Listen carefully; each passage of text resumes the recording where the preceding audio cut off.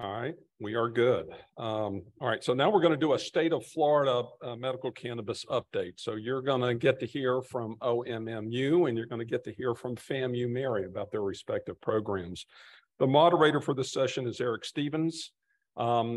We decided just now to, as moderator and speaker perspectives, are the authority that they have therein.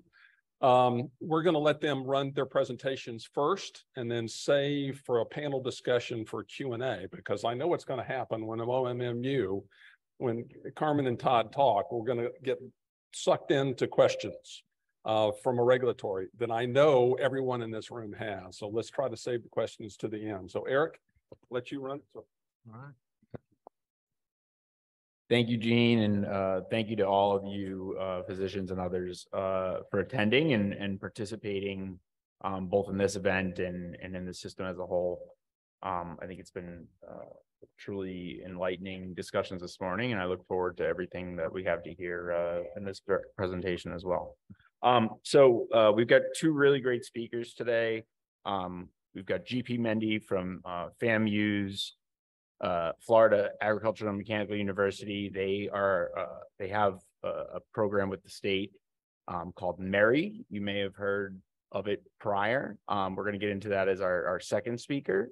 But basically, they're running an education program in the state as it relates to this general informational. They put on some different panels. He'll get into any and everything as it relates to that soon. But we've got two speakers here from the Office of Medical Marijuana Use. They're the state office that's charged with regulating and implementing the constitutional amendment and any of the statutory rules that go along with that. So we've got Carmen, Dixon, and Todd, Schimpf.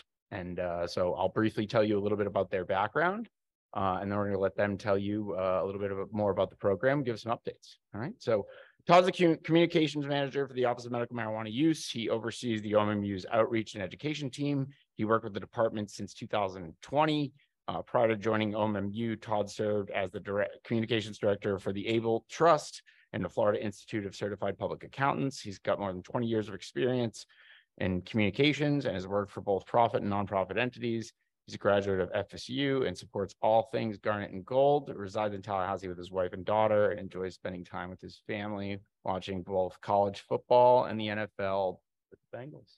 So Carmen is a nurse consultant training and education liaison for the Office of Medical Marijuana Use. She's tasked with providing education and information for the Florida Medical Marijuana Program and conducting outreach efforts to inform doctors, nurses, patients, law enforcement, caregivers about the program. Carmen has worked for the department since 2017. Prior to that, she was an ICU trauma nurse for 15 years.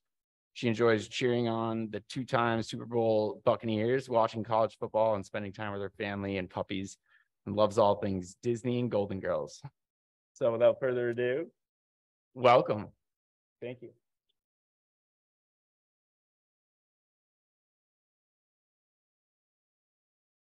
I'm old school, so he left out Little House on the Prairie as well. You want to catch me laid up on a Saturday watching a Little House on the Prairie marathon? I am a happy girl, trust me. So, as mentioned before, most of you I've met in some capacity once upon a time or another, and some people are new, so allow me to reintroduce myself. My name is Carmen Dixon. I'm a nurse consultant with the Office of Medical Marijuana Use. As mentioned before, my job, long story short, is to go out there and educate people and inform people about the medical marijuana use program, medical marijuana use in the state of Florida, medical marijuana in general, laws, rules, regulations, just pretty much get the information out there to the people. Oh, it does work. Look at that.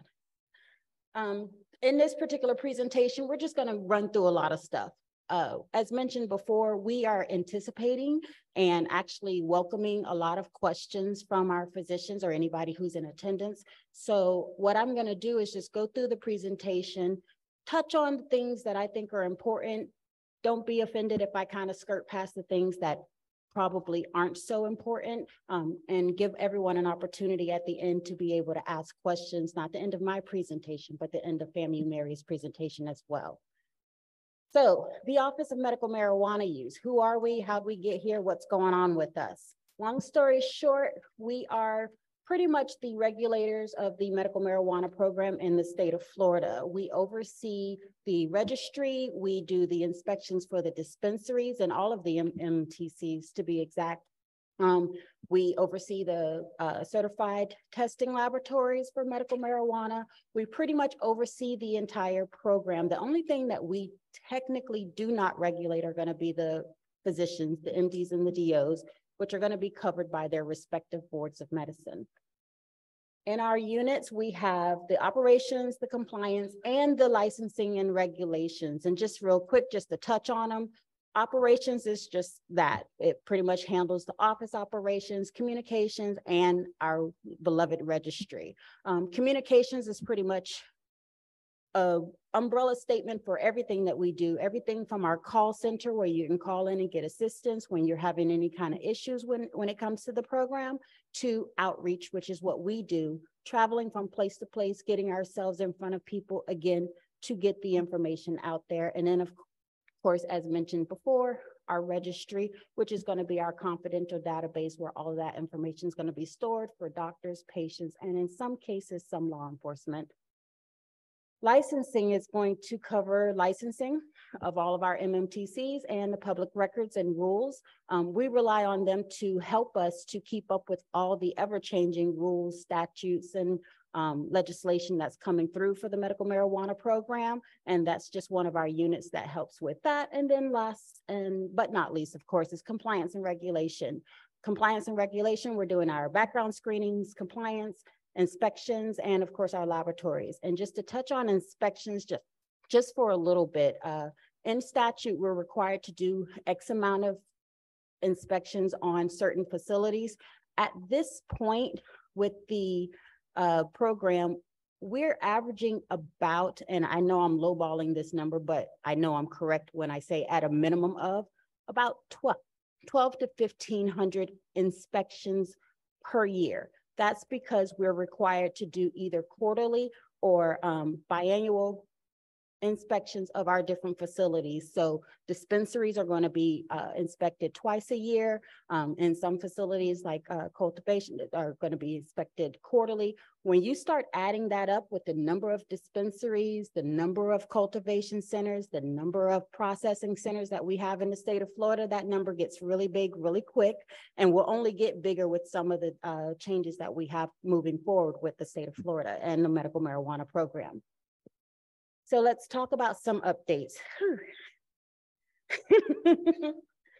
So we do know that, like I mentioned before, that the program is going to be growing. We had a batching cycle that opened up from the 24th through the 28th of this year.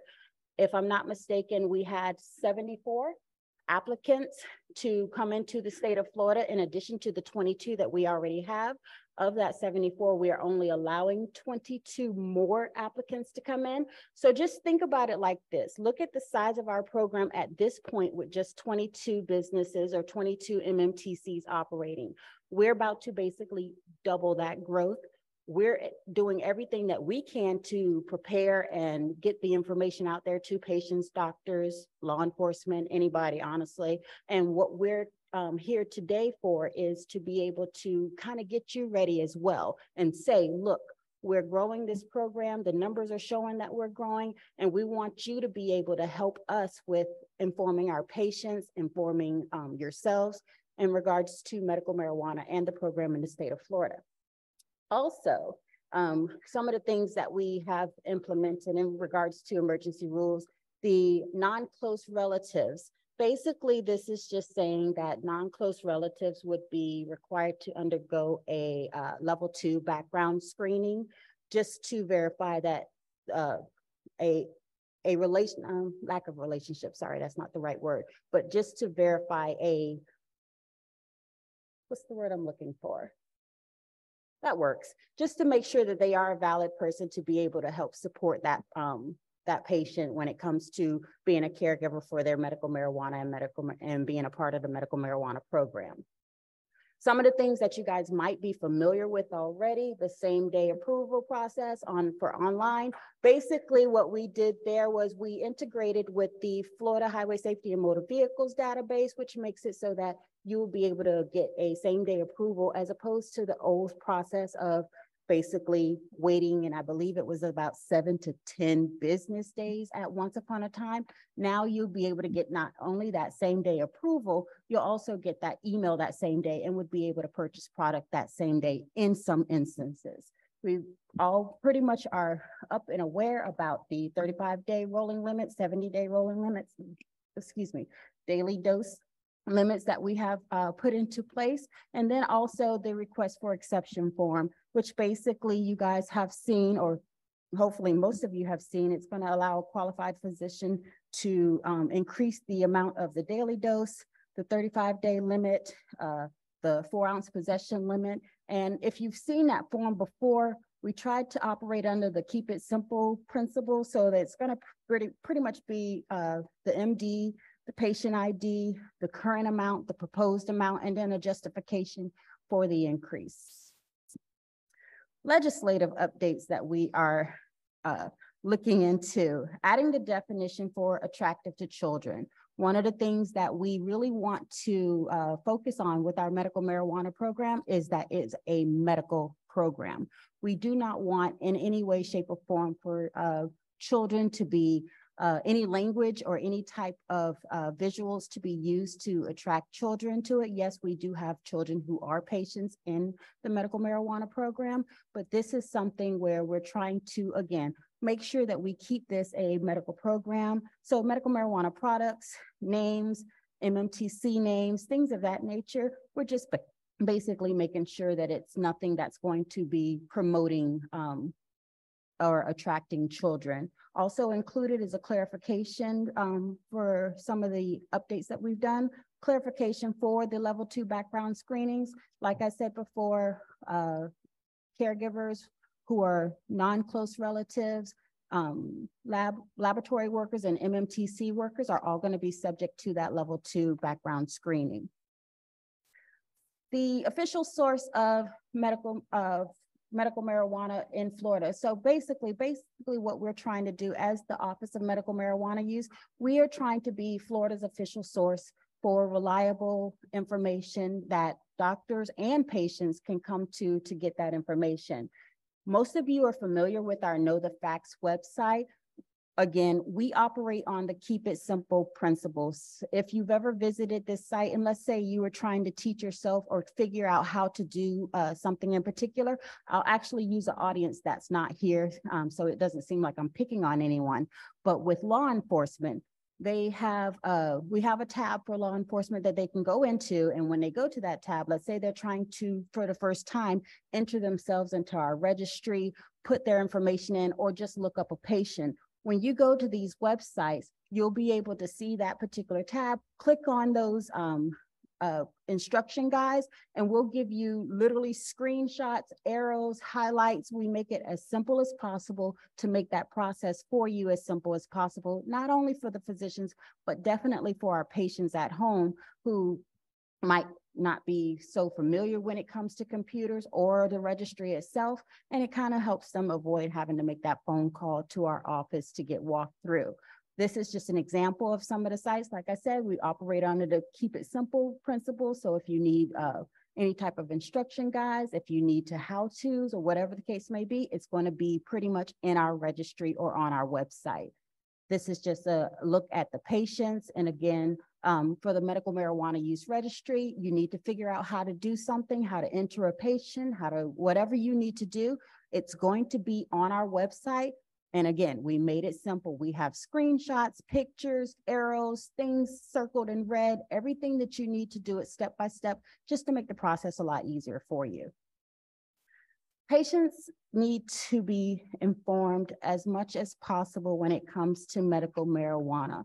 We all need to kind of take on that responsibilities of making sure that we get information out to the patients. And truth be told, when I do speak to a lot of patients, I'm kind of shocked to an extent, but also just kind of more motivated when I realize that lack of information and education seems to be the biggest hurdle that I have with getting information out there about the medical marijuana program, but not only about the medical marijuana program. We want to also inform them about legal use. We want to inform them about different products and availability, whatever the case may be. So one of the biggest shocks to a lot of patients, they have this automatic assumption that, oh, well, since I'm a medical marijuana patient and I'm under the supervision of a physician for medical marijuana, I'm okay if I test positive at my job. That is not the case. And we need to take it upon ourselves to kind of include that in our interactions with patients. A lot of times what it boils down to is if that facility, that private business has a drug-free workplace policy in place, you being a medical marijuana patient is not going to protect you from the sanctions that could come from that facility. Like I said, the biggest issue that we have is just getting that information out there to people and getting it out there before it becomes a problem. So, you know, you don't want a patient coming in and letting you know, oh, you know, they random drug tested at work and I tried to explain to them that I'm a medical marijuana patient, but they just wouldn't listen. That's not the case. In this case, there are no protections for you as a medical marijuana patient, and that's information just we need to just be sharing with our patients. And truth be told, as a group, we just have to have that information being put out there. Legal use of medical marijuana. I'll just go over the things that I've heard that's caused some of our patients some issues. And what I'll do is kind of encourage you to maybe in your interactions with your patients, maybe in your interactions with your healthcare staff that interact with your patients, whatever the case may be. But this is information that needs to be kind of touched on and reiterated, especially with patients who are starting to have issues when it comes to following the rules and or law enforcement, which is going to be the biggest problem. Number one, that product that they purchase from a medical marijuana treatment center must stay in its original packaging at all time. So what we're seeing, and I'll use again law enforcement as my example, because what they're telling me is, you know, I pulled over so-and-so, they said that they had a medical marijuana use card, they flashed it out, showed it to me. When I looked, I was trying to verify what products they have. They pulled out a, to me, it looks like a eyeglass case type thing where they have and keep all of their products. Here's the issue. That's not the original packaging, and law enforcement is being trained to look for the original packaging. Same thing with flour. We always know that flour and edibles are going to come in packaging that's always going to be plain, opaque, and white. So when you're taking it out of the packaging, your patients are automatically putting themselves in violation. So we need to open that communication and make sure we're letting them know these are some rules, the simple rules that need to be followed if you want to continue to be a medical marijuana program participant, and if you want to make sure you're not breaking any rules and staying in compliance. They always have to have that medical marijuana use registry card present with them whenever they are in possession of medical marijuana. This one is big with law enforcement as well.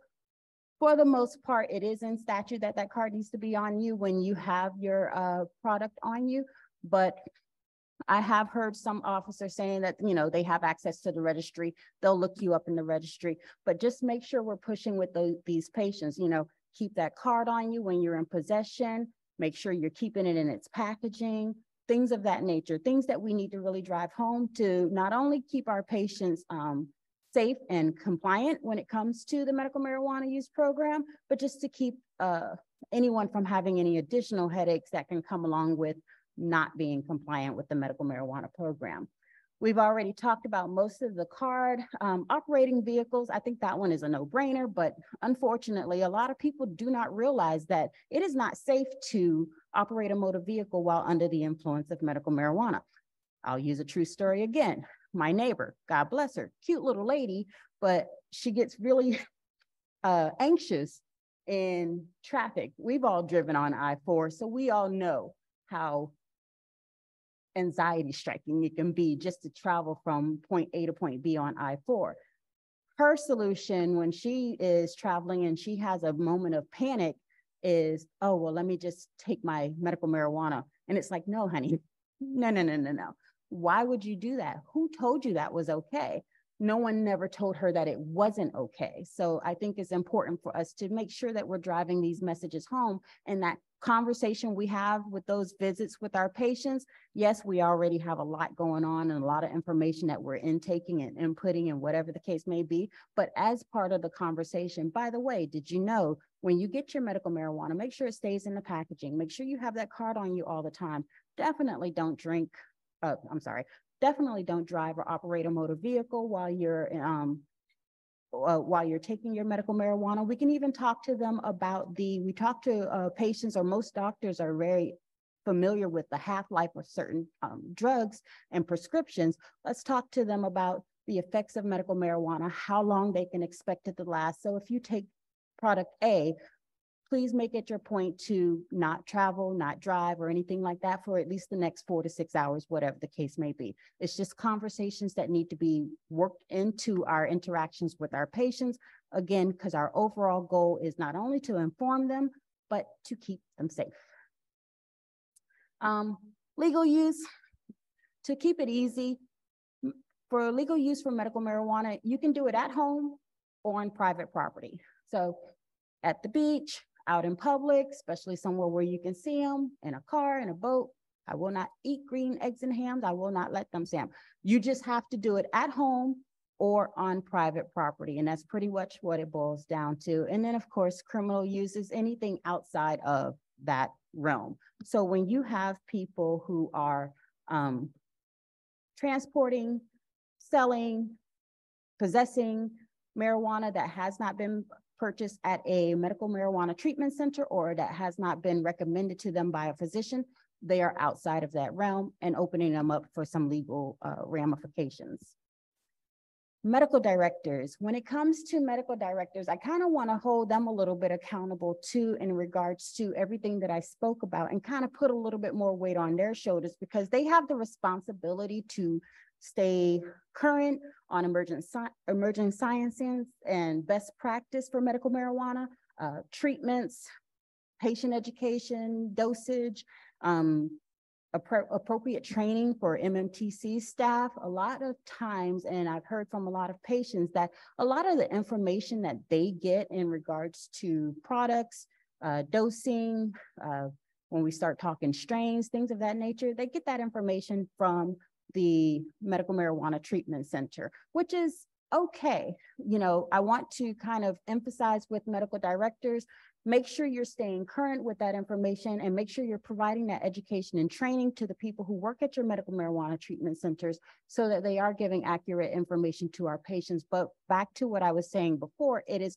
all of our responsibilities to be able to get that accurate information out there to these patients. So take it upon yourself to also educate yourself and talk to your patients about different products that are out there, choices that they might have. And I know a lot of you do that, so I'm not singling anyone out in particular, but I just want to push the importance of that, because a lot of times these patients are not well informed, so they're just basically trying things in the beginning. So let's have that conversation with them. You know, you don't want your 89-year-old patient with a touch of dementia who has the worst case of sundowners that you've ever seen in your life taking a product that's going to not only make her feel euphoric and probably a little bit more demented.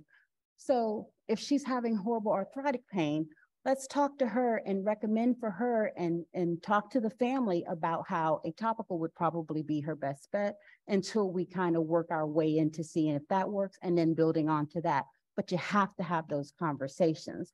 Like I said, we're kind of putting that on the medical directors to be informed and make sure that they're getting that information out there, especially to the people who are working in their medical marijuana treatment centers.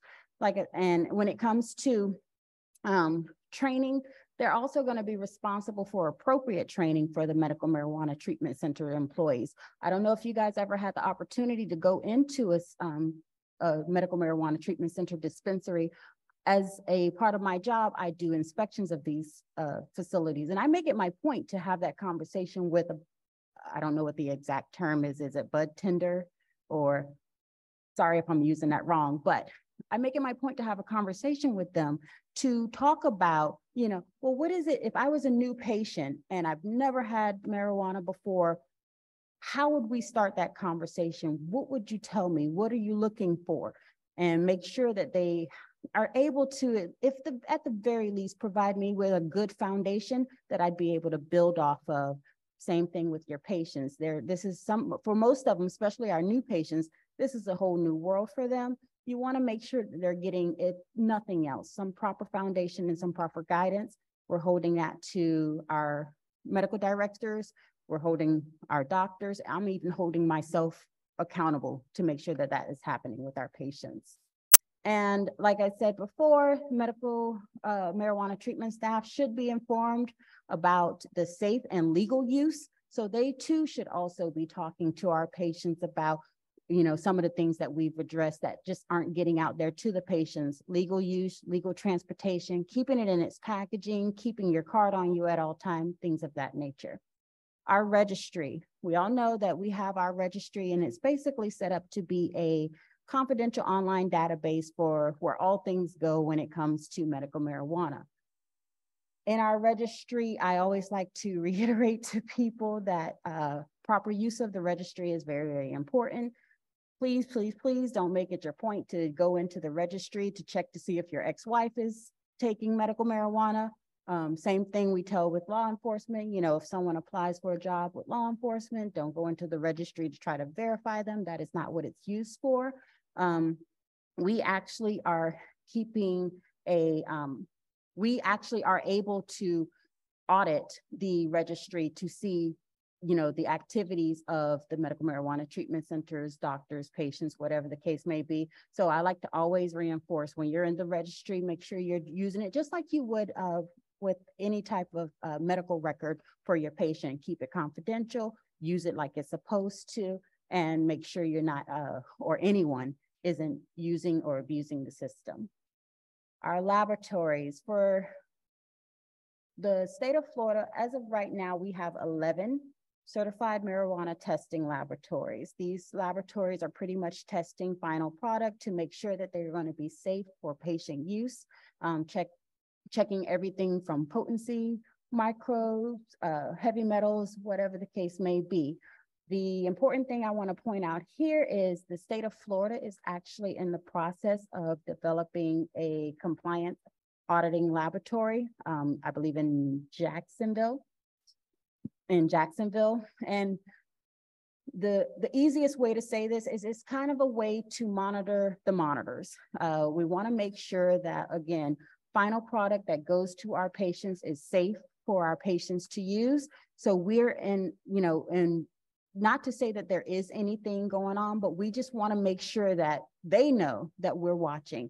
We're monitoring the monitors. So any final products will come through our lab as well, be tested through our lab as well, so that if they say the potency is X% and it goes through our lab and that matches up, great. If it doesn't, there's probably going to be a concern or issue, but this is our way of monitoring the monitors. Packaging and labeling. I pretty much like this part because it's an opportunity for us to realize and drive home the medical part of medical marijuana. When you look at a packaging or a labeling for medical marijuana, this is pretty much all of the information that's going to be included just on one patient label. Just to give you a better example, this is an example of an actual patient label. Like I said before, we want this to be viewed as, seen, and treated as a medical program. Therefore, this is the type of label that you're going to see on every single medical marijuana product that walks out of a dispensary. My favorite of all of them is the harvest, the batch, and the lot number. Those numbers give me the ability to walk into any MMTC, pull a product. I would be able to trace that product back literally to the pot that it was planted in 6 to 8 weeks earlier. And then anything that was produced from that particular plant, I would be able to have the ability to pull it off the shelves in the state of Florida, just in case there is any type of incident where maybe an adverse reaction or whatever the case may be. Thankfully, there has not been anything like that of yet, but just to know that we have something in place to have the ability to be able to do so makes it all the better. Again, we're driving home patient safety, patient education. We want our products to be safe for our patients to consume, and we want our patients to be informed when it comes to using medical marijuana.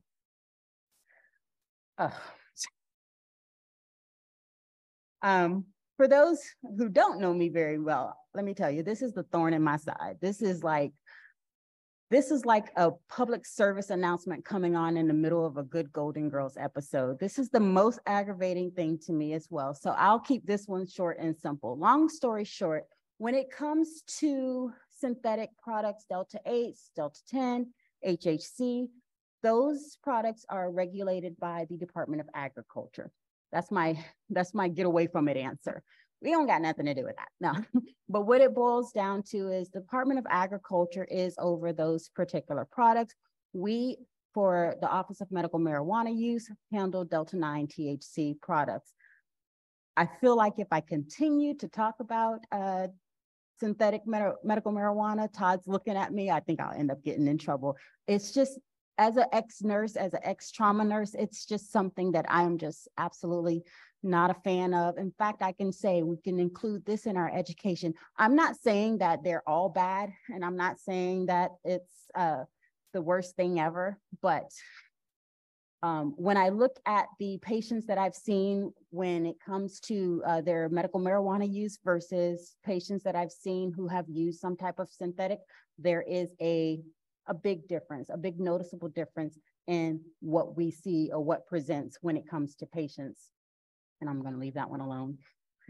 For the, I think it was last week, 2 weeks ago, there was a consortium for medical marijuana for clinical outcomes research. So basically what this is, it was established, I believe, by the University of Florida, and it was established to do just that, to gather some research in regards to the medical marijuana program in the state of Florida. My big push here is when you guys are completing the RFE forms or things of that nature, and let's say you do have a patient who has bone cancer and has incredible uncontrolled pain, and you do have to recommend a higher than normal recommended dose for medical marijuana for that patient.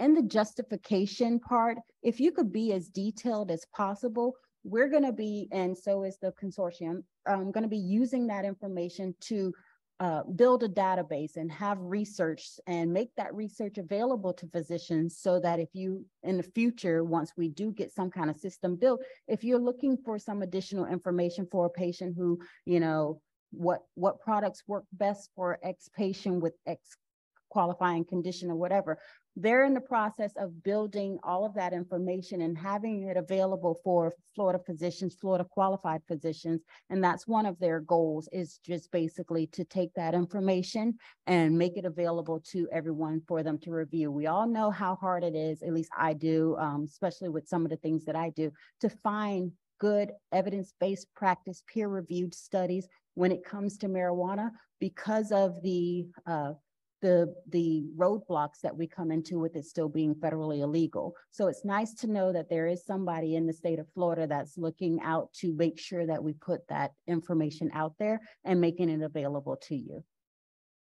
Again, like I mentioned, they had a meeting about 2 weeks ago with some very good speakers, very good information that is still available, if I'm not mistaken, online. But if ever you're looking for a resource for some information other than our website, they would be a good place to start.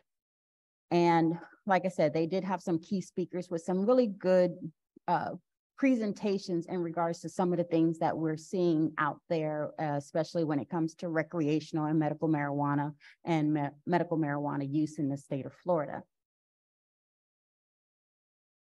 I'm going to skip that part.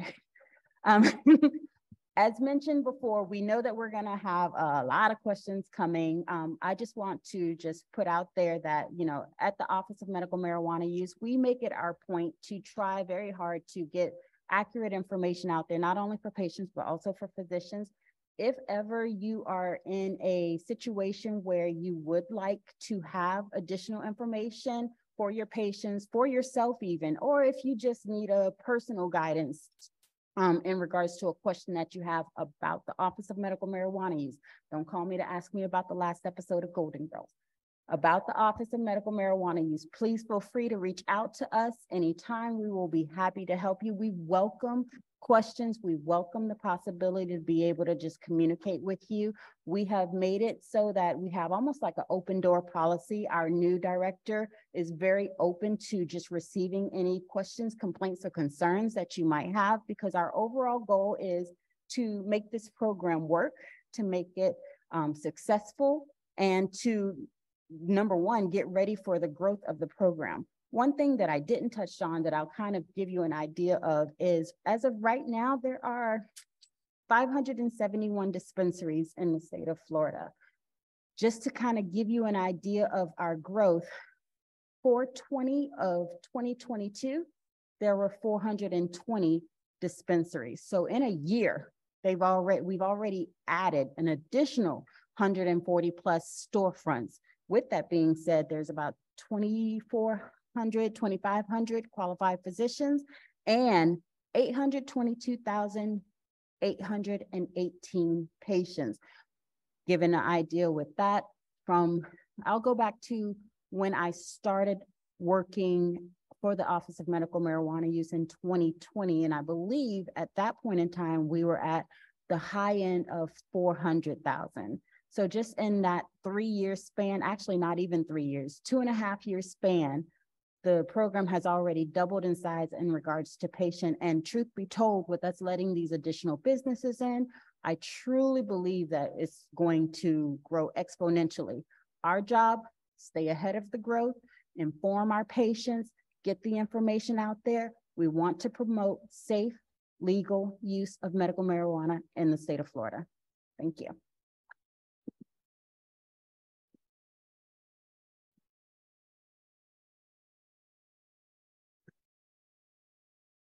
Do you want to speak, or you want me to introduce GP?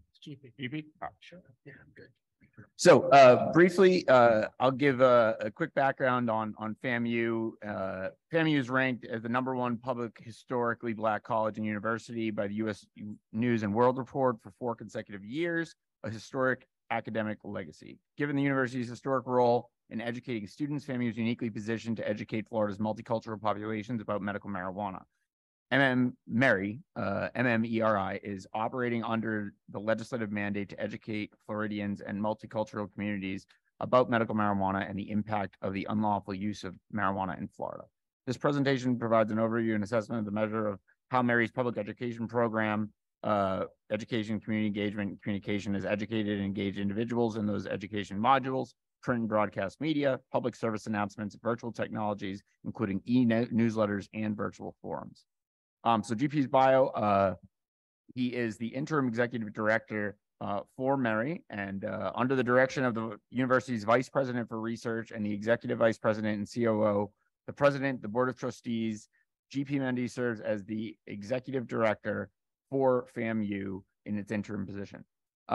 In this leadership role, he collaborates with incredibly talented MERI team on a broad spectrum of internal and external stakeholders and partners to successfully execute MERI's statewide legislative mandate. He's responsible for overseeing MERI's mission to educate Florida's rural, urban, and suburban populations about the medical and unlawful use of marijuana. In executing MERI's mandate, GP brings extensive, richly diverse decades of experience in public health, education campaigns, strategic planning and administration, policy, and finance, among others, in government and the private sector. Knowing the immense power and importance of education, GP is proud and unique in expanding leadership role at for Florida A&M and in the cannabis space, especially the privilege of educating Floridians on this crucial public health matter with a profound socioeconomic impact in the communities. He believes FAMU's unique place and expertise in overseeing, implementing, and manage politically and culturally sensitive programs. He earned a bachelor's degree in theology in Nigeria and a master's degree in social work at FSU, and is pursuing a doctorate in pharmacoeconomics and health outcomes at FAMU. He enjoys reading Congressional Budget Office reports and is a Rotary International ambassadorial scholar. That is phenomenal. Yeah, right? Well, without further ado, GP, let's talk about those reports after too.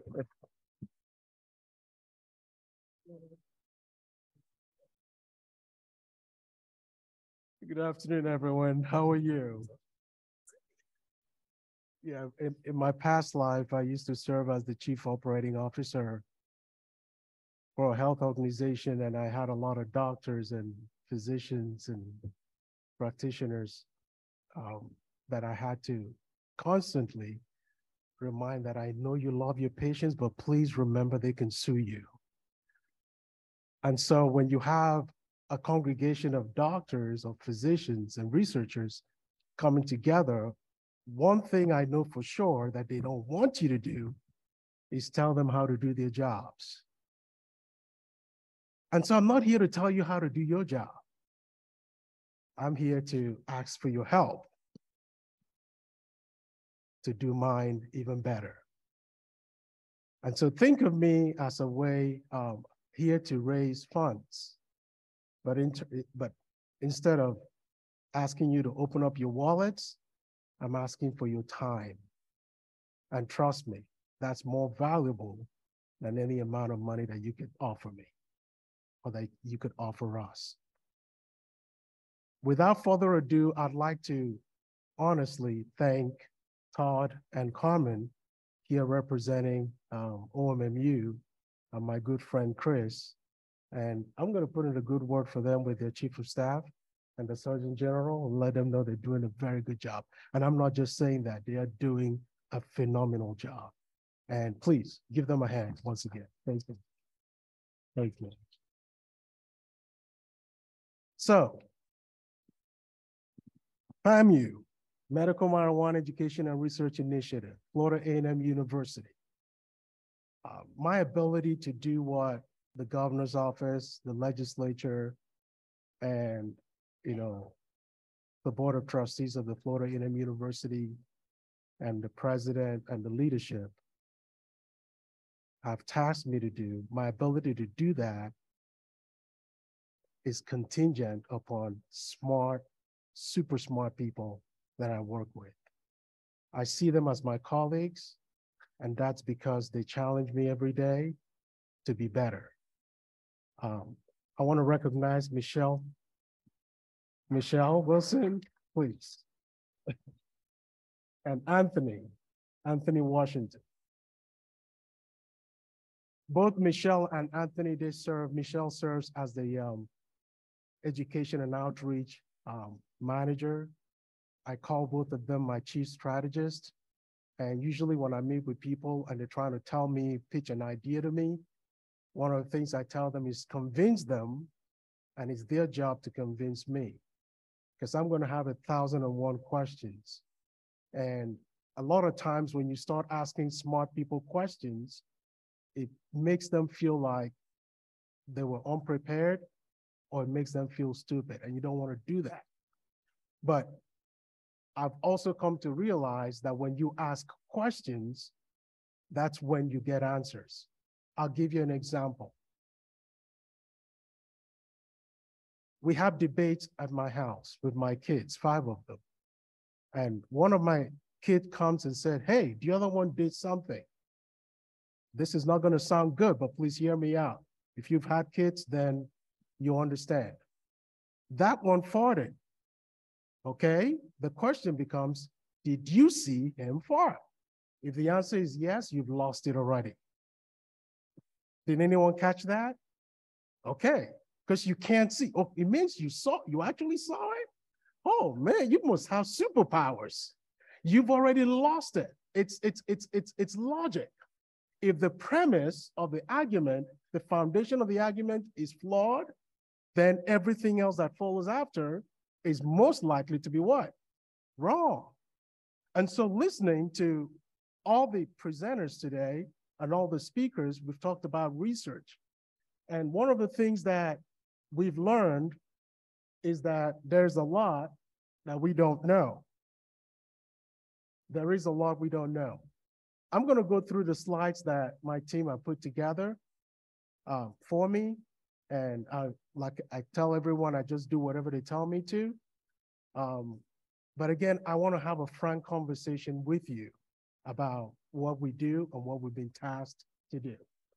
The mission of Florida A&M University is to, as tasked by the legislature, is to educate Floridians about medical and unlawful use of marijuana.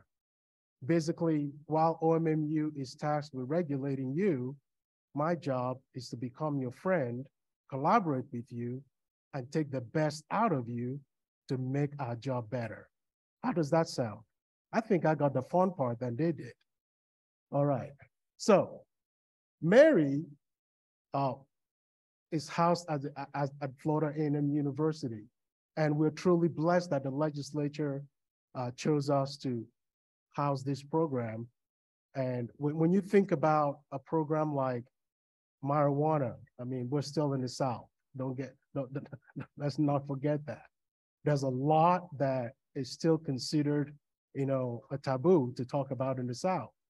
And so as progressive as people may think that we are, there's still a lot of people that are not comfortable talking about this, even within the legislature.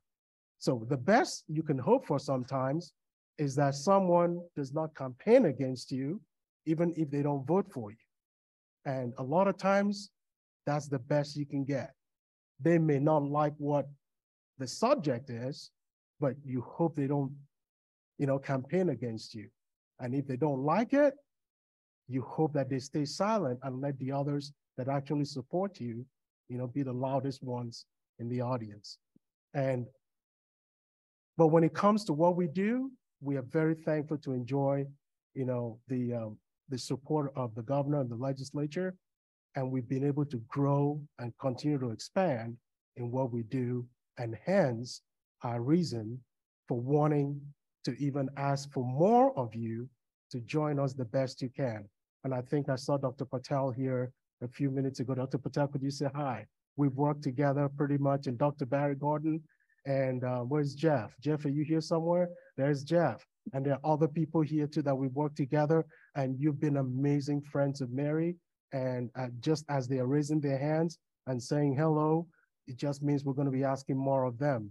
And we're going to be asking them to talk to you about us and what we do.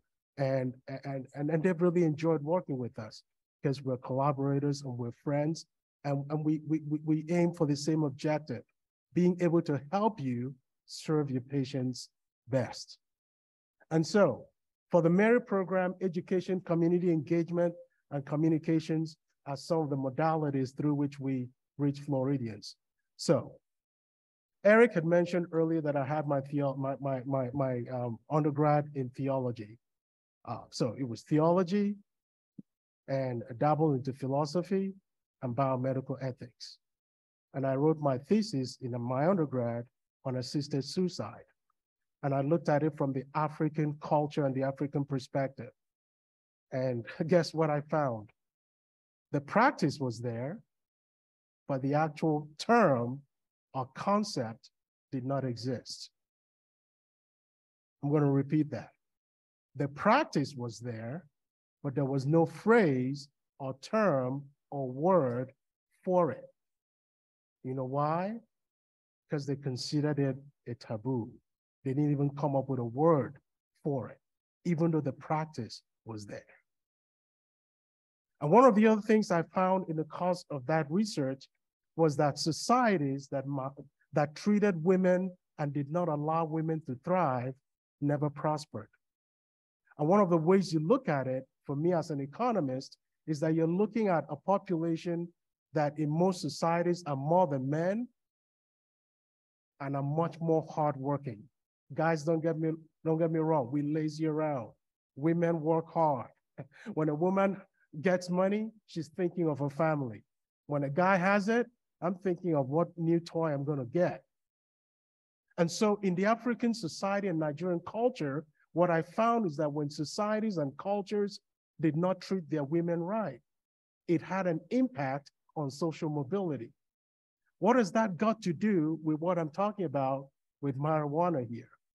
I'm saying that learning is a lifelong continuum. You don't learn and then stop learning. What I learned in theology applies to what I'm doing today, educating Floridians about medical and unlawful use of marijuana. And so when we talk about education, community engagement, and communications, what comes to mind is a scripture that says where 2 or 3 are gathered, The good Lord is there. And so, but with Mary, our thought is where 2 or 3 Floridians are gathered, Mary is there. So I give you an example. Name a medium of outreach, and I'll tell you that Mary is there. Talk about people knocking on your door and handing you, materials. We do it. Street team, we do that. Talk about radio, TV, social media, you name all of it. Newspapers, we are there. And so every form of medium to reach Floridians. Hey, bars, churches, brothels, yeah, we have people there. I'm not there, but we have people there, okay? So we learn to reach people where they are. And that is as simple as it is. You take simple things and you apply it to people's lives. Going back to talking about doctors and not wanting anybody to tell them what to do. It is true. And that goes for every American, We don't like people telling us what to do. However, through these mediums, I'm asking for your help. I'm going to go through this. We have Mary on Demand. Mary on Demand is a platform that we've launched to help us create content to reach Floridians, whether on a tablet, whether it be their phones. If you have a smart device, we can reach you. And so when you go on there, you find some of the doctors and experts that we've worked with in the past. And so when we work with Dr. Gordon or Dr. Patel or Dr. Conan, all the people we've worked with, we post it out there so you hear what your colleagues, your peers are saying in this field. And hey, if you decide that you want to work with us and we find out that you have something to offer, which we believe you do, you'll be on there too. Come Thanksgiving, if you don't have what to talk to with your family about, just play for them. Let them listen to the sound of your voice and, and let them know, hey, this is what I do. I help people make informed choices that benefits their lives and that of the people around them. And so Mary on Demand is a popular tool. And so when we talk to the legislature and the governor's office, we encourage all of them, yeah, go there and see what we do and just click on it. You can tell, you can see what we're doing and how we're spending tax dollars, implementing this program for the state of Florida. And so Mary on Demand is one of those. We have FAQs. And by all means, please, we appreciate your help in helping make this better. That's why I'm talking to you. I learned a long time ago, my parents taught me, if you find someone that thinks they know it all, run away from them. Nobody does. We're all learning. And so we don't know it all, but one thing we know how to do is to find the people that do. And at the end of the day, we are responsible for what we put out there. And that's another thing I learned as a kid. It doesn't matter who gives you information. The moment you take it and use it, you own it. Whatever comes of it is on you. And so we work with the people that we believe understand what needs to be done and can help us further our objective. And so when you're done with the LMS, the Learning Management System, or Mary on Demand, you get a certificate of completion. And this is a way to encourage Floridians to say, yeah, I did something. We're human beings. It's behavioral psychology. You don't want to hold something, for what you did. And we even go as far as we have partners. I'm not going to name which of them, but there are some of our partners that go as far as saying, hey, we're going to give you $100, gift cards to give to the people that complete this thing. We're going to give you a $50 gift card, $25 gift card. When you go out to those events, we want you to be able to encourage and incentivize people. We don't pay for that stuff. They're all donated by our partners. And doctors I know are not very good at giving out their money because it's hard earned, but you could give us your time. And if we show up to your office and you have an audience that we could talk to in your office, we'll bring those gift cards that have been donated and give to your patients. You can tell them it's from you, it doesn't matter. So long as we can give it to them, we're fine with that. And so we have a QR code. If you can take out your phones and scan that QR code, let me know if it works. If it doesn't work, then I know who I'm sacrificing today. I'm kidding, no. Yeah, and the QR code should be able to take you to, a platform from whence you can access our information. All right, I'm going to move on from that slide if you're done scanning. Eric wants me to wait a little bit. Okay, thank you. Now, when it comes to outreach and reach, you name the major players in this field, we have them. And so one of the things that we have to be mindful of is data, and I know this for a fact, data can be manipulated. And so you want to make sure that when you have the data, that it's valid and it's real. And so if I have to go before the legislature, which we have to provide this to them, I'm staking my paycheck on it and being able to prove that that data is correct. And so we have to work with reputable organizations that we can, validate the source data and not just what they're telling us the data is. MMERI has been able to make impressive reach. Like I told you, you name it, we have that means of outreach. We are everywhere. And we're able to do that because it takes money that the legislature and the governor's office has deemed necessary to be able to help us with to continue this initiative. And so we have partners, both big and small, that work with us for this. We're a very small group, so we can't do it alone. Collaboration is the key word here.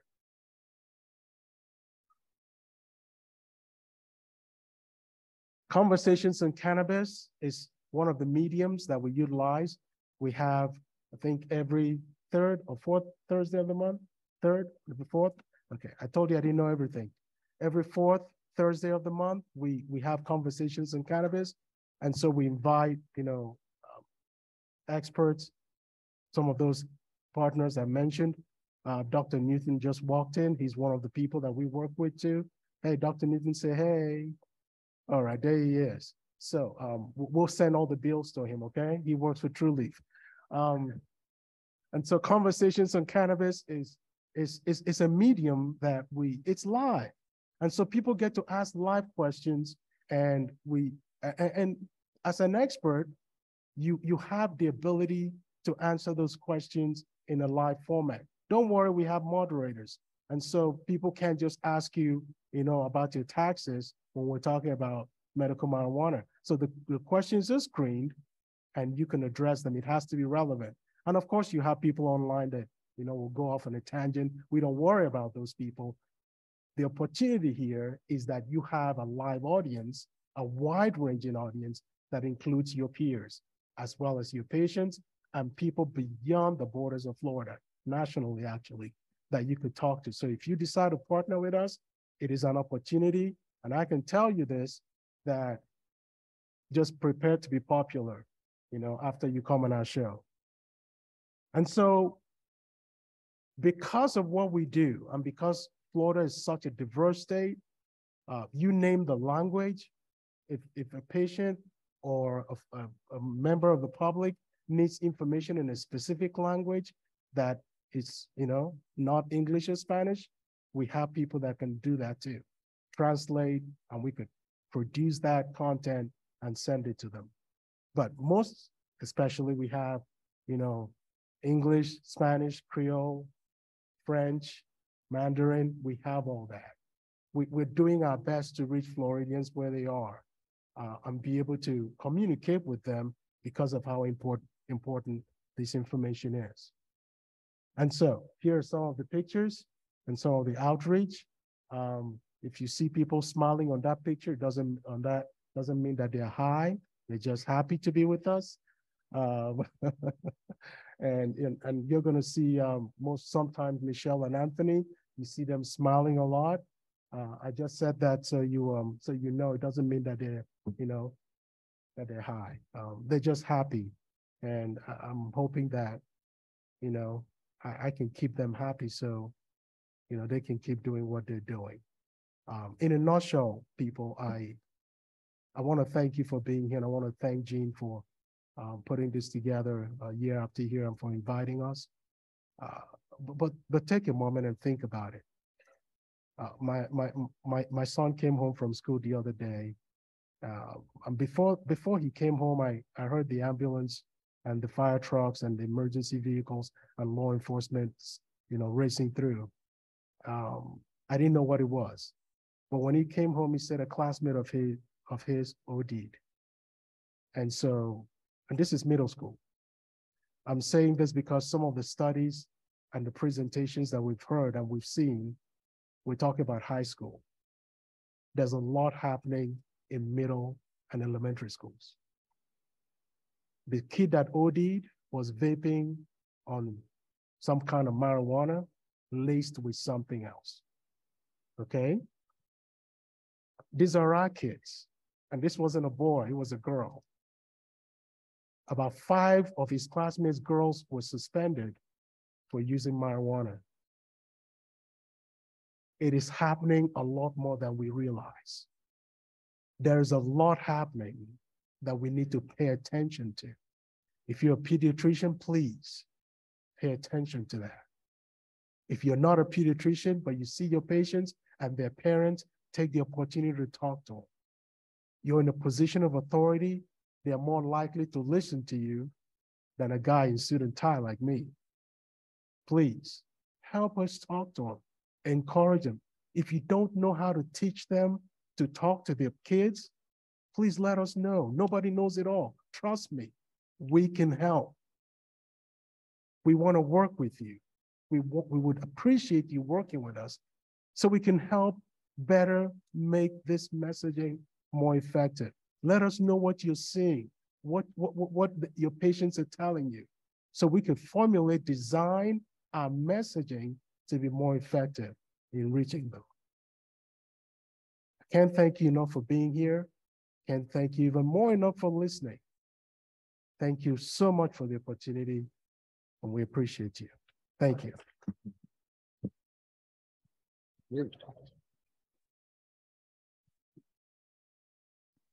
Wow, so those were 2 great presentations. I think really delved into a lot of the different things that, you know, the Office of Medical Marijuana Use is working on, and with how much the system and patient numbers and doctor numbers have grown, and then, you know, what Mary's been doing to help get the word out.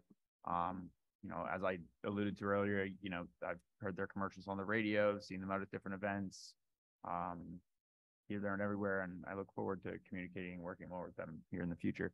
Do we want to have questions? Are we lining up? Is that how we're going to do this? It looks like we've got a mic, so people want to put up their hands and. Okay, I'm Mark Berger, Clearwater area.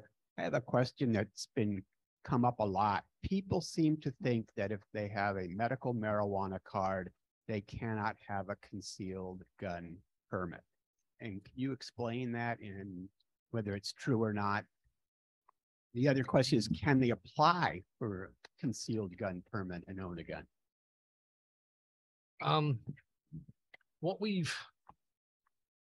A lot of the questions and stuff that we get for that, we have to direct our patients to FDACs. So they're the ones that oversee the concealed weapon permit. So anytime your patient and stuff asks you that question, I would refer them to talk to FDACs. Our statute does not have anything in it about the concealed weapons. Unfortunately, the concealed weapons fall under the federal government. So a lot of that concealed weapon is run through the federal government, which they do have something in their thing about a medical. There's, I believe, a question that they ask at the end if you have a card. So that is totally up to the patient and stuff. So reading into that, yes, they would be forbidden to have that permit. But again, I would recommend that they call FDACS and stuff and ask them those questions and stuff, because our statute doesn't have anything against it, but the federal part does.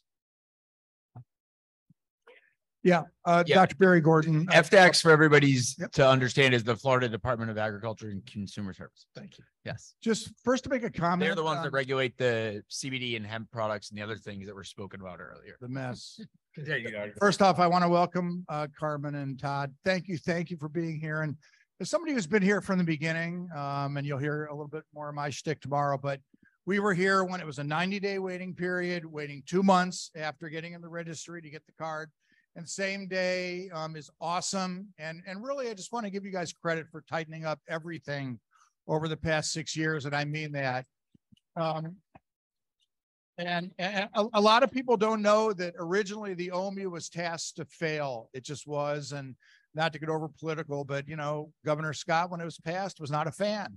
So you guys have had a lot of work to make up for, and I really salute you for it. And I mean it. I look forward to meeting Director Kimball, of course, and all the doctors here feel the same way. We want to be active participants and be proactive to policy versus being reactive to the things that come at us. Also, JP, thank you so much. And I want to give a big shout out to MMERI. I've been honored, and I mean it, to be on more than one of their Thursdays. They are live, everybody. So you have to kind of have a certain personality to do their live gigs, believe me, because, you know, not everybody can do it, but it's awesome. I thank you. You guys have had great impact. And I think any doctor here that's honored to be asked to participate and work with MMERI, what everybody needs to know is that that's where part of the $75 from your patients yearly to the state money goes to. So this is the official educational arm of the state. And once again, such an honor to participate. I did have one question. So one thing that wasn't mentioned in Ron's presentation this morning, and it was excellent, is that there's an entirely new oversight arm over the doctors should the telehealth bill come into play. And what it does essentially, everybody, it takes away the oversight. And Carmen, you noted it very pointedly, although it might have been overlooked in your comments. The OMMU has never had the ability to oversee the doctors. Not only the doctors, but they haven't had the ability to oversee the business practices of the clinics. And it's been a huge hole in the system. We all know that telehealth does not always run smoothly in Florida to that extent. Point is that there's going to be a new oversight arm over the doctors. And I'd like to hear a little bit of comment about that, because it's now been taken out of Board of Medicine and DOH and put actually in under the OMMU's auspices. We can lose our licenses to be in the registry, not your medical license, but the ability to be in the registry for up to 2 years, right? If you violate statute, and not just telehealth statute, but any law under which we operate in. So hopefully the practicing physicians in the state will have an ability to sit on any panel or committee or commission that has any oversight over us. And I don't know, that's just contained in the questions that I know you guys have gotten, but I'm not here to throw spears and arrows. I'm here to ask for further cooperation. And I'm so grateful for you guys being here today. Thank you. Kind of answer that. Unfortunately, there's not anything that we've done on this yet because it's still sitting at the governor's desk. I am sure that as soon as it gets signed and stuff, then we'll be tasked to do that. I would recommend that if you've got feedback and stuff and you would like to see, from what I've seen of the law, it's very open. So there definitely going to have to be a due process put in there. There's going to have to be a lot of processes put in place for that. So I would recommend, if you guys have thoughts and everything on this, to send them our way to where we can share them with our leadership and everything. But unfortunately, I can't comment on anything that really hasn't happened yet. And so as soon as we get the go ahead that yes, this is signed, this is in place, we'll make all of the things that we need to do. We'll put the processes in place. We will develop due process, all of that stuff. And then we will communicate out with you. Again, bring up to our leadership and stuff that you guys would like to have a say into it, now is the time to do it. Before the process begins, now is the time to recommend to them that, hey, we would like to be an advisory or something on this, to do it beforehand, before the process, because at that point, then it just gets too late in the process to do it. So that's, unfortunately, I can't speak any more on that, because as far as we know, it's not signed yet.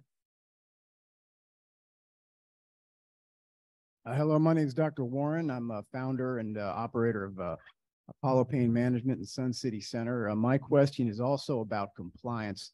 My office, I've been thinking about medical marijuana, adding that to our regimen for a few years now, and I finally decided to pull the trigger. That's why I'm here, to learn about all these things. So I'd like to thank the doctor for pointing out about this oversight committee or whatever this is going to be.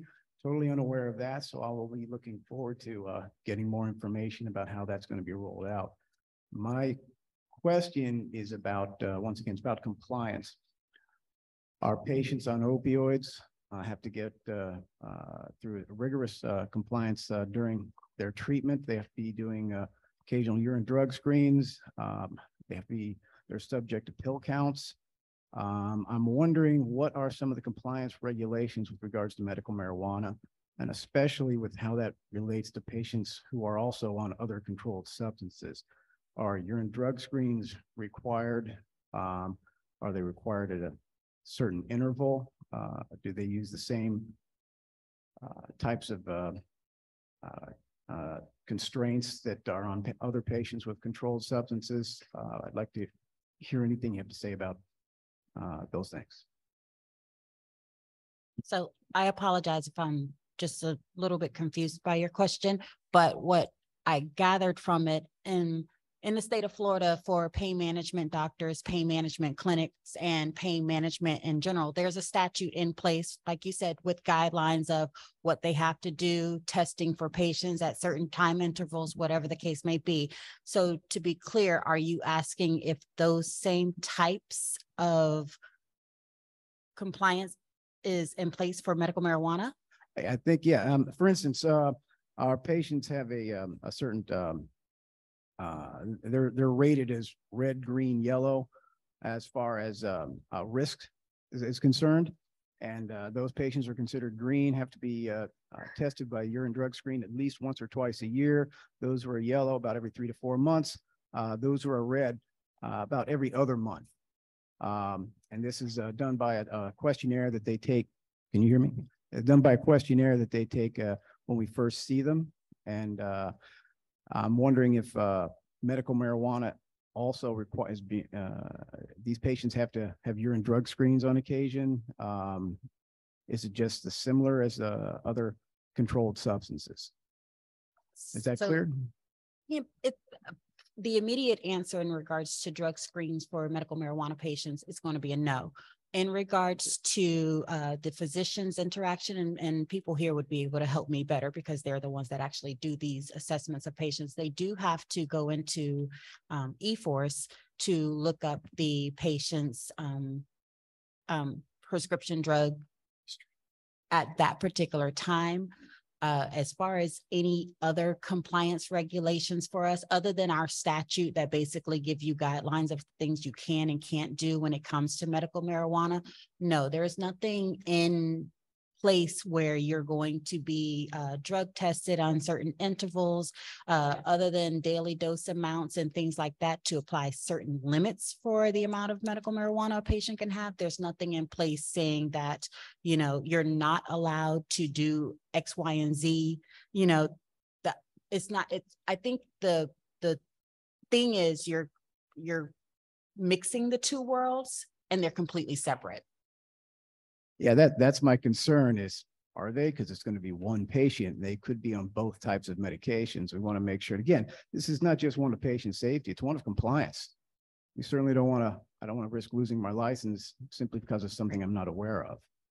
So that's, the safety issue, of course, goes without saying, I think. So like I said before, when it comes to pain management clinics and pain management doctors, yes, there is a clear statute in place. This is your patient. This is what you have to do. They have to be tested. If they test for anything, even if it is medical marijuana, there's steps that have to be put in place to either remove them or suspend them from your program, whatever the case may be, for pain management clinics and pain management doctors.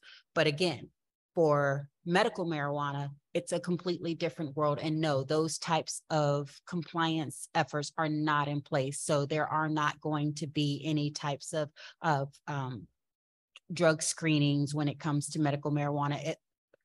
At least depending on the physician. I mean, if a physician chooses to do a drug screen on their patient when they do their initial assessment, that's their prerogative, but there's nothing in statute saying that that is required.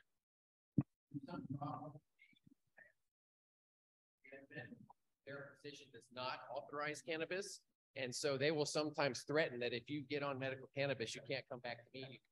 You're the pain manager. Guess what? That's not going to be a problem if you incorporate this into your practice. You're still going to have to follow all the rules for your pain management patients. But when it comes to cannabis, that's your call as a medical practice as to whether you think you should include that for your patient or not. So you could be very helpful because unfortunately, a lot of people lose their access to their pain docs who don't believe in cannabis because they say, if you come here and test on any of these screens, you're done with me. It's unfortunate. You could make a difference. Yeah. The CDC actually recommends not testing for medical cannabis in the pain management setting because of the confusion. It's actually the CDC has a white paper on it, and I can pull the reference. I was interested though, and I'm not calling you out on it. Is the yellow, green, red based upon fear of abuse of substances or fear of death?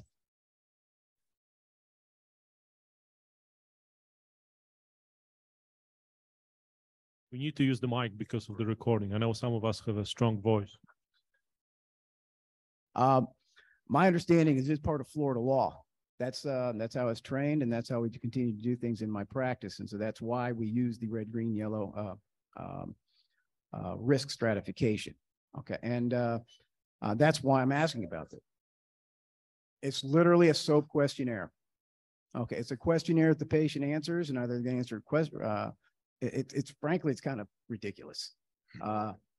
Those patients who do abuse are going to probably know about this, and they're going to be all winded up being green. Even when you talk to them a little bit, and it doesn't take long after you've done this for a while, you can kind of figure out this person's somebody I'm going to be wanting to keep a closer eye on, even though they tested green on the paper. I don't think so. Green is good. Green means fewer risk, lower risk. Red is high risk. Good. Yellow is intermediate. Can we try and get a last question or two, and you guys can follow up on the that. color system later? Hey, so my question has to do with the caregiver provision that was just recently finalized under emergency rule, and it's kind of a twofold question. The way I read it was that upon renewal, the close relative caregiver, if they're employed with an MMTC or with a marijuana testing laboratory, will. So my first part of my question is, will they need to surrender their card prior to their renewal? Or if they're employed, is that going to be checked when they renew their card? And then the second part of my question is, do the MMTCs hold any responsibility to ensure that none of their employees are caregivers, or does that fall on the individual themselves? The statute is what says the emergency rule is not what states that a patient, that the caregiver is not allowed to be a qualified physician, an employee or a holder of the MMTC or a CMTL, which is Certified Medical Treatment Laboratories. So unfortunately, yes. So if they are a MMTC employee, a qualified physician, or a person that works at a lab, unfortunately, yes, they're going to have to surrender their card. Now, what's going to happen is we have a system, of course, where all MMTC employees are tested. So when we get caregivers applications and stuff in, we will start cross-referencing those. So it will be the OMMU's responsibility to make sure that a caregiver or a person trying to be a caregiver is not a qualified physician, a member of an MMTC or a CMTL. So will they need to surrender the cards preemptively if we have caregivers that are already employed, or will that happen upon renewal? The check will happen on renewal. Okay, thank you very much. I appreciate that. Hello, thank you so much for being here. I'm Dr. Kelly King. I'm the founder and chief of Relief MD and Wellness. My question, and I've been in this space for about 6 years now, almost since it began. And we have seen so many changes with the registry. It's just so hard to keep up. And sometimes the communication between the registry and the physicians, because a lot of, I mean, there's 3% of us in the whole state of Florida, right? So we're sometimes practicing in a vacuum. We have doctors like Dr. Barry Gordon and Eric Stevens and all of you that are in this space, but it's sometimes difficult to keep up. My question is about the RFEs. These RFEs have been killing me. I have patients that are coming to me because their doctors won't do an RFE. You know, since we've had this rolling thing with the flower, it's been difficult to keep up with patients and their needs. The 2.5 ounces was fine. However, it's difficult for them to get more than that. So with the RFEs, if we have patients that are coming to us, other doctors aren't doing it, should we be increasing to 4 ounces? I've heard that if we increase to 4 ounces and we have a detailed list, that it's not going to be as auditable. Are we going to be concerned that we will get audited just because it appears that we're having more patients influx for RFEs?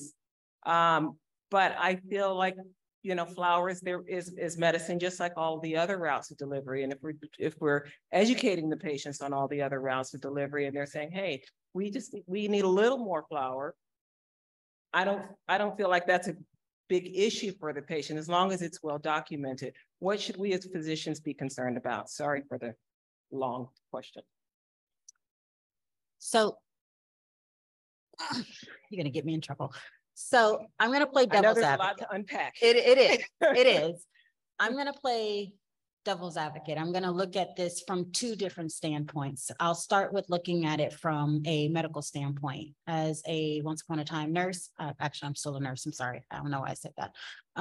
As a nurse and a care provider for several years, I wholeheartedly and truly believe that a doctor-patient relationship should be treated as and viewed as sacred. So if your patient comes to you and says, you know, this is what I need, this isn't working for me, I think as a physician, you should have the ability and the power to be able to work with that patient, increase medications, whether it's medical marijuana and or opioids or whatever the case may be, but work with that and get that treatment plan to a place where that patient is able to live a comfortable life. Let's flip it over on the other side. You know, one of the things that and this is just my opinion, so I'm not speaking for anyone at this point. One of the reasons why those type of provisions have been put into place is because of the issues that we have with abuse, diversion, things of that nature. So it's a balancing act at this point. Your question basically says, you know, will you get in trouble for treating your patient? My short answer, no. Absolutely not. With that being said, though, I am not the person to make that call, and that I know of right now, correct me if I'm wrong, but there hasn't been any established protocols put into place as to this is what's going to happen at this point if this person orders this much. You know, there's nothing that I can view and say, you know, you ordered X amount for this patient and then turned around the same day, that's going to be a red flag. That's not my call to make, and that I know of, that hasn't been established. Like I said, I can see it from both sides of it. My immediate answer to you is no. If you can justify the care that you're giving to your patient and it is justifiable, I don't believe that that is ever going to be an issue. However, if there is a concern of abuse, maybe diversion, maybe even overprescribing for, you know, someone who just doesn't need it, but is just trying to get it, whatever the case may be, that's a different story. When it comes to patient care, please, please, please advocate and take care of your patient. Yeah, and I think we're gonna kind of start to wrap things up here. I'd just kind of like to echo everyone's comments. As much as we can have a physician group that can be put together or have some advisory capacity, I'd like to follow the OMMU so that we can make sure that these regulations move forward. Even the pattern review board that's been created doesn't have one recommending doctor. And I don't know what cannabis doctor is giving you all advice at this point, but I think we have enough of them for a small group to be able to coexist. So I'll talk more with you after that. And then second, both of their booths are over in the expo hall.